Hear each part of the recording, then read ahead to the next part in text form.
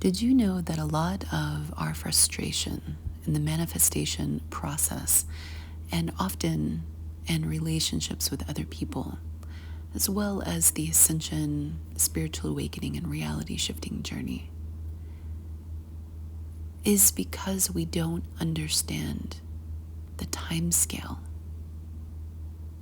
And what's interesting is that we often have expectations which are derived from goals, which are derived from the mind of what we think is reasonable and feasible and should happen by a certain time. And oftentimes, this builds into our functioning model of reality, where if things do not happen in accordance with that plan, that goal, that we may or may not have collaborated with anybody, much less the universe, to figure out if it indeed was reasonable. We just decided, I'm guilty of this. We just simply decided, I'm going to do X, Y, and Z by this date, this time. I want to manifest this by this date, this time. Unfortunately, when we box ourselves in to that line of thinking, we set ourselves up for expectations. And when we have expectations, we set ourselves up for disappointment, especially when it comes to the metaphysical and the esoteric, because there seems to be a rhyme and a reason that things don't work out in a certain amount of time, or the way that we expect. And very often this is for our highest alignment.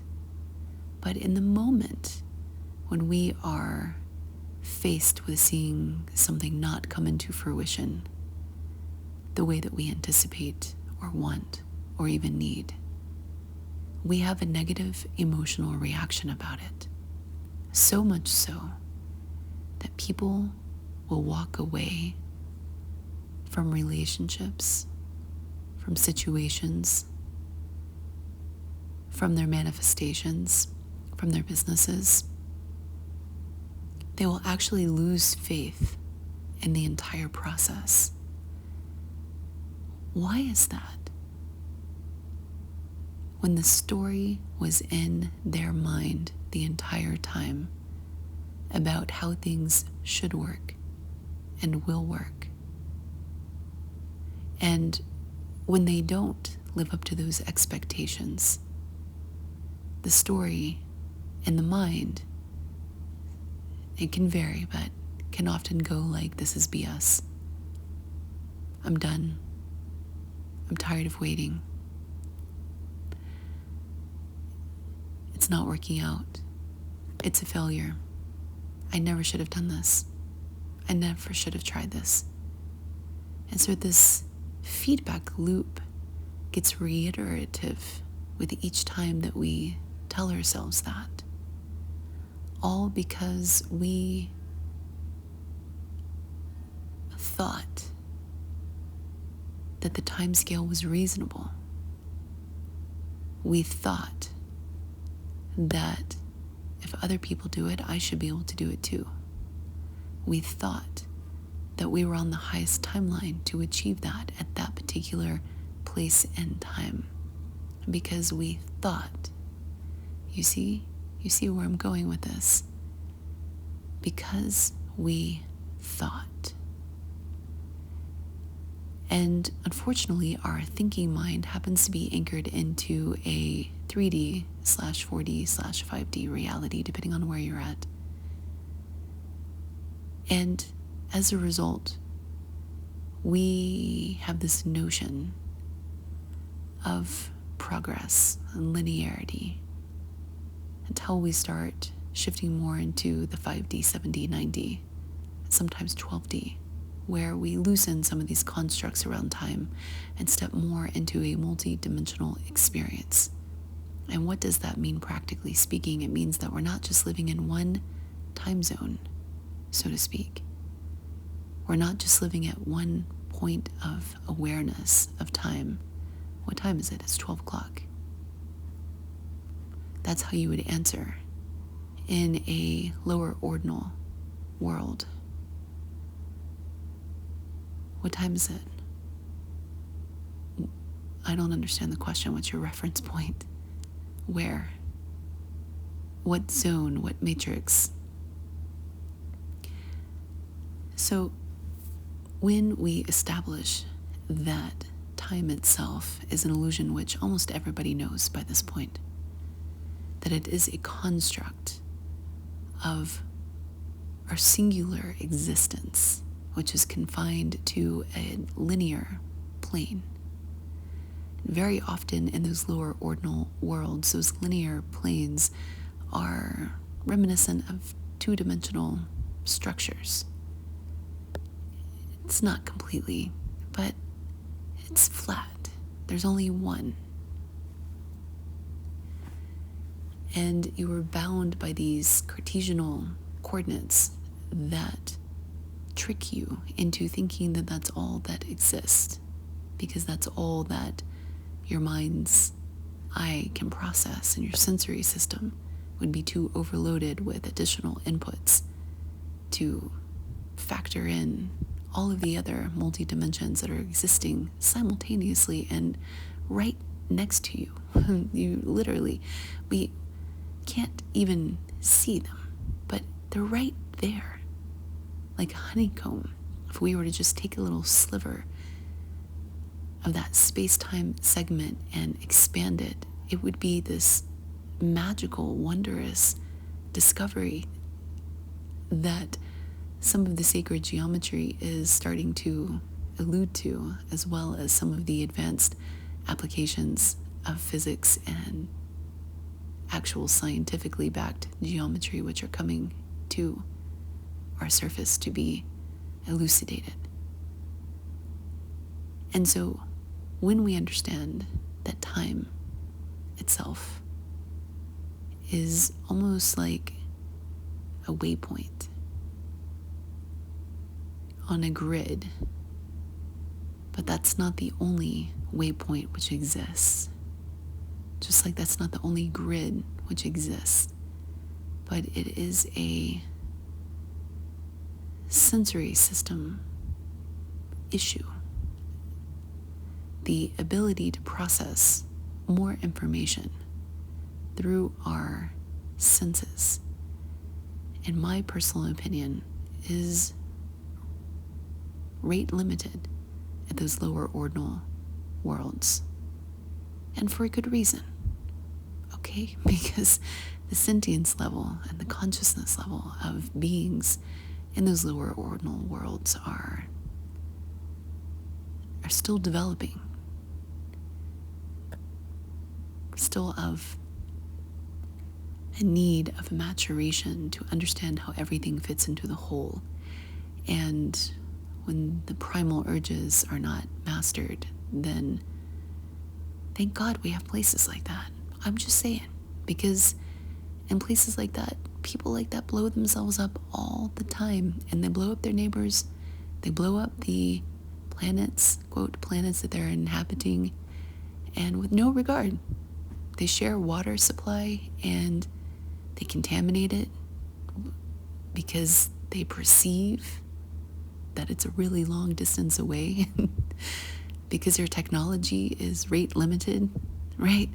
Their technology actually controls their perception. So the things that they do, the decisions that they make, which are perceptually influenced by the machinery that they can personally build, which goes really slow, that makes them think that it's really far away.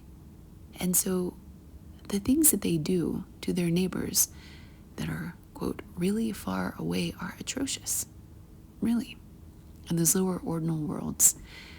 And so I personally am in favor of rate limiting technologies there and the ability to traverse wormholes with that level of primitive nature and sentience. And I mean, just imagine what they would do to a whole series of neighbors that, if they could even perceive, would be so freaked out. So when we start expanding the notion of time, and we start traversing the different complexes and the different arrangements therein, then asking what time it is a really strange question, because you need more information to be able to answer that. And likewise, when we start to understand that there is a back-end system that is helping to coordinate manifestations and to bring things into fruition, to set this notion of time upon it when it may not map readily is actually an error in cognition, in my personal opinion. And I make it all the time in my everyday reality when I am in 3-dimensional, 4-dimensional, and 5-dimensional consciousness. And when I'm in this grounded existence in my physical form, that is human form, that is in the process of upgrading from binary to quantum, what I observe is that my thought patterns are still tied to some of these primitive constructs that cause emotional reactions in me. When I never got a memo that my expectations for when something was going to come into fruition were even in alignment with anything else, anybody else, much less reality, as reality was presenting itself to me. And yet, I can easily find myself spiraling into negative thought cycles simply because I'm like, there's part of my consciousness that is like the child in the backseat of the car. Are we there yet? Are we there yet? Are we there yet now? No, the car must not exist. It's ludicrous, right? Like, how much information and reminding do we really need that manifestation works for us to anchor into that as a belief? It is a process and a transition when you are awakening. And I know some of you are more advanced on that part of the journey, and it's already solidified for you. But remember when it wasn't, and you would still teeter back and forth. This is BS. This is real.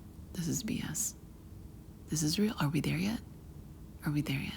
This is BS. This is definitely BS. Oh my God, it's real. Are we there yet? And so it's this dance of leveling up the internal thought patterns, the machinery that supports our stepping into this ascension framework, and understanding that our notion of time is still tethered to lower ordinal illusory concepts can help us to unpack that some of our emotional experiences with respect to why things are not working out, or so we believe. That's a story. And actually things might be working out perfectly, but you might have a notion in your mind of how it's supposed to be, which again was created by your mind and how you're thinking about things. And that then controls your emotional reactions and potentially how you show up in that reality. So it's this whole chain that, when we are not careful, can actually cause a lot of unnecessary burning of energy cycles, moving in the wrong directions with our belief system, with our manifestations, all simply because we had an idea and a goal and a plan and assumed that our plan and our goal was the best strategy, when sometimes what I have found is that some of these plans and strategies and even inspiration ideas and creative insights can lead us to the highest path, but it doesn't mean that they themselves are the highest path. I have to say that again because it's really important. Sometimes we think we are in the highest path, but we're not. We're on the way to the highest path through our goals, our plans, meeting the right people, being in the right place at the right time, letting the world shift or collide around you, opening up portals that maybe you have a sense of but you can't fully see, shifting into a nearby dimension because you had a plan that led you to be close enough in proximity that you could get sucked into the chute, like a wormhole of reality that you needed to be in to get to somewhere else. But it is our attachment to those goals and those plans and them working out the way that we set out or in the time scale that we intended that causes us distress when sometimes this is completely unnecessary, when we remain fluid and agile on the balls of our feet, so to speak, ready to pounce in any direction when it feels right and when everything comes into alignment. Then what this does is this releases the propensity for the negative emotional experience for, quote, things not working out when they may have actually worked out perfectly. Looking back in retrospect, seeing that by happenstance, by design, by sheer chaos or luck, you got to exactly where you were supposed to be, untethered from the belief system that was holding you back the entire time. And that opens up doorways and pathways that you could never otherwise imagine, because your plan was set where your sights could see, but it just so happens that your eyes are limited, your senses are limited, and therefore your plans, your perceptual experience of what is possible is also indeed limited. It's like magic when you realize that. And so the linearity of this is how things should work out, the order it should work out, the speed in which it should work out,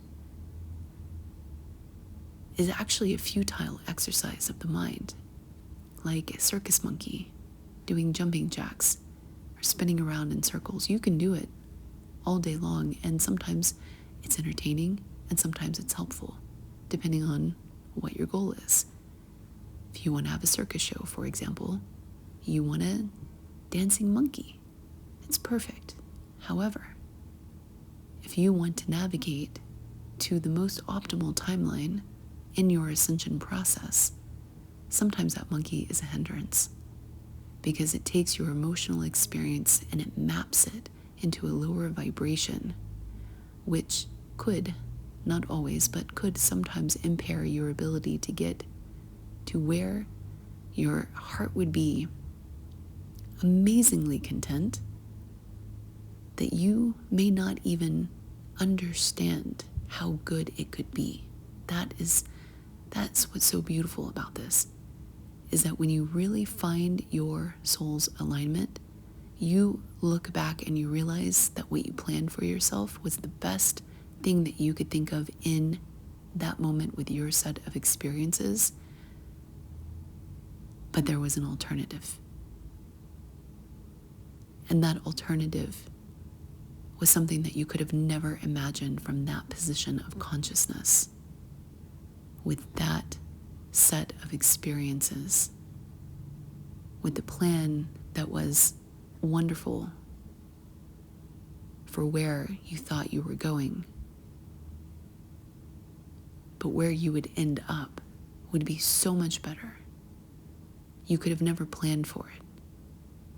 And so this notion of time and holding on to things very rigidly is part of the practice of the self-mastery journey, to loosen and to trust and to lean in and to surrender and to take it seriously when people remind you to be in flow and to practice non-attachment.